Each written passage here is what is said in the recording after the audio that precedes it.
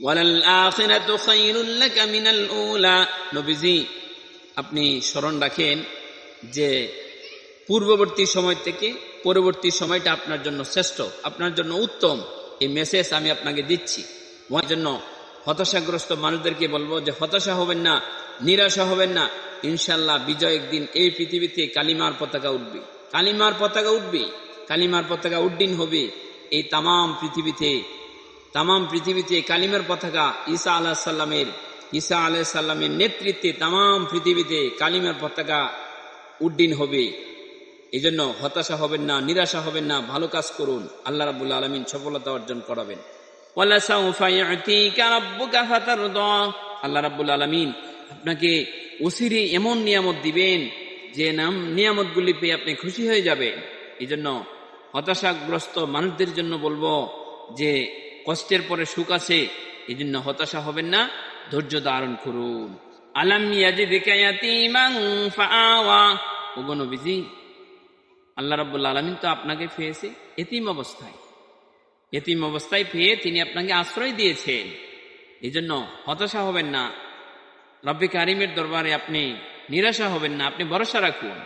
ওয়াজাদাকা দাল্লান ফাহাদা।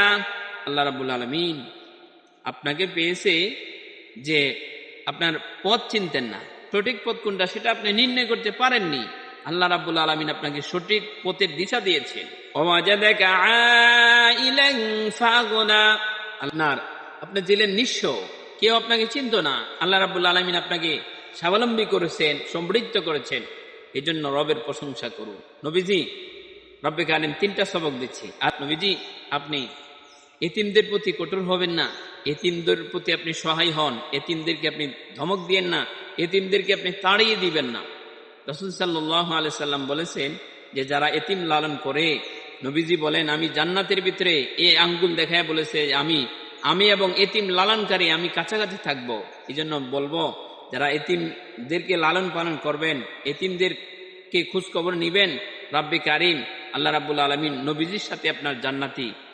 আর আল্লাহ রাব্বুল আলামিন অনেক আয়াতের ভিতরে বলেছেন যে এতিমদেরকে যদি কি করে, এতিমদের মাল, এতিমদের সম্পদ যদি গ্রাস করে মানে খায়, আল্লাহ রাব্বুল আলামিন বলে সেই যেন জাহান্নাম খায়, জাহান্নামের অগ্নিতে নিক্ষিপ্ত হবে।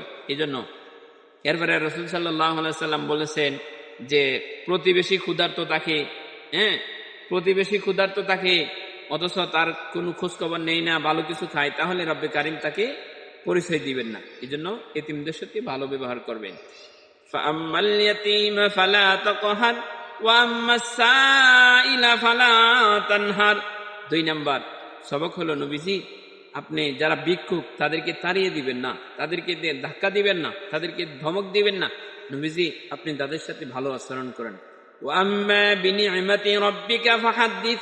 ওগো নবীজি আমি আপনাকে যে অনুগ্রহ করলাম, দয়া করলাম, এই দয়ার প্রশংসা করুন। এই দয়ার আপনি কি করেন? প্রশংসা করেন। অনুগ্রহ যে পেয়েছেন এই অনুগ্রহের শুকর আদায় করুন।